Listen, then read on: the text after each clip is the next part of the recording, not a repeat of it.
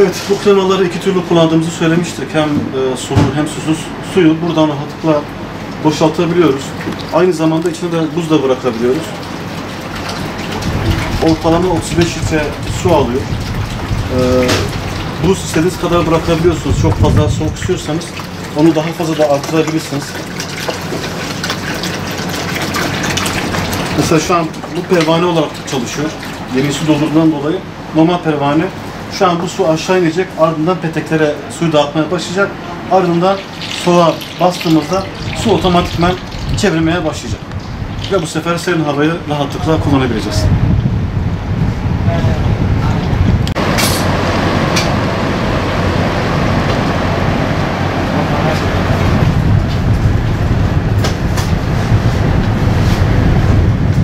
Yılmaz Çiçekena, işletmenin sahibiyim. Yıllardır biz bu sektördeyiz. Tabii ki artış gözlemleniyor. Şu an özellikle Mardin'de, Kızıltepe'de sıcakların artmasıyla sulu klimaların ciddi manada bir furya yaşandı. Ciddi manada bir satış var. Bunların birçok nedenleri var. Sulu klimaların artışı nedeni öncelikle sağlık, ikinci nedeni ise elektrik. Zira sulu klimalarda herhangi bir elektrik sarfiyatı yok denecek kadar az. Yok denecek kadar az. İkinci bir olay ise sulu klima olması nedeniyle sağlık. Yani çünkü su bıraktığınız an itibaren nehir kenarında, dere kenarında hani olduğunuzda nasıl ki o esinti, su hava esintisi size yansıyorsa o güzel bir hava, aynısı sulu klimalarda da var. Ki yıllardır kullanılan bir ürün. Sadece son zamanlarda sulu klimalar çok fazla tercih edilmeye başladı. Sağlık ve elektrik tasarrufuna kaynaklı. Yani inverter klimalara oranla çok tasarruflular. Tabii gittikçe de her yıl sıcaklıklar artıyor. Bu yıl feci sıcak, çok aşırı sıcak ki geçen gün uyarı geldi, bir 10 derece daha artacakmış ve inanın şu an yetiştiremiyoruz. Sulu klimalara yetiştiremiyoruz. Inverter klimalarda durum nasıl bilmiyorum ama şu an sulu klimalarda özellikle sağlık açısından. Yani tercih edenlerin çoğu özellikle sağlık, ikinci derecede elektrik tasarruflu olduktan kaynaklı.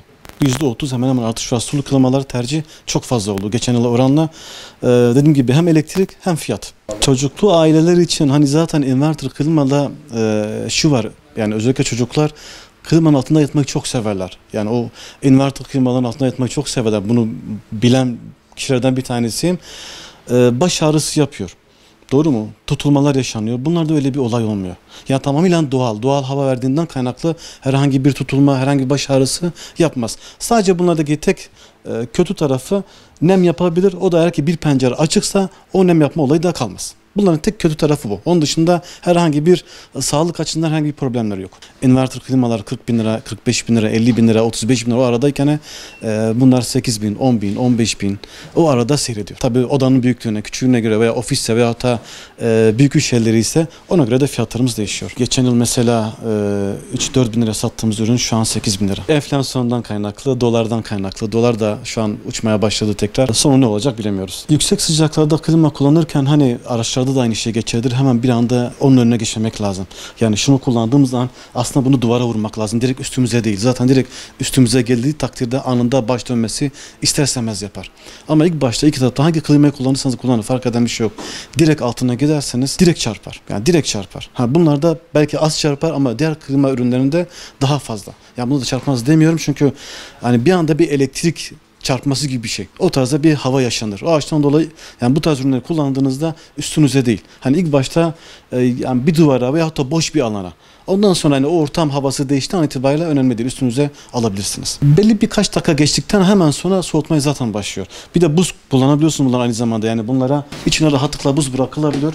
Buz bırakıldığından itibariyle zaten daha bir serin bir hava verebiliyor. Vantilatörler azaldı.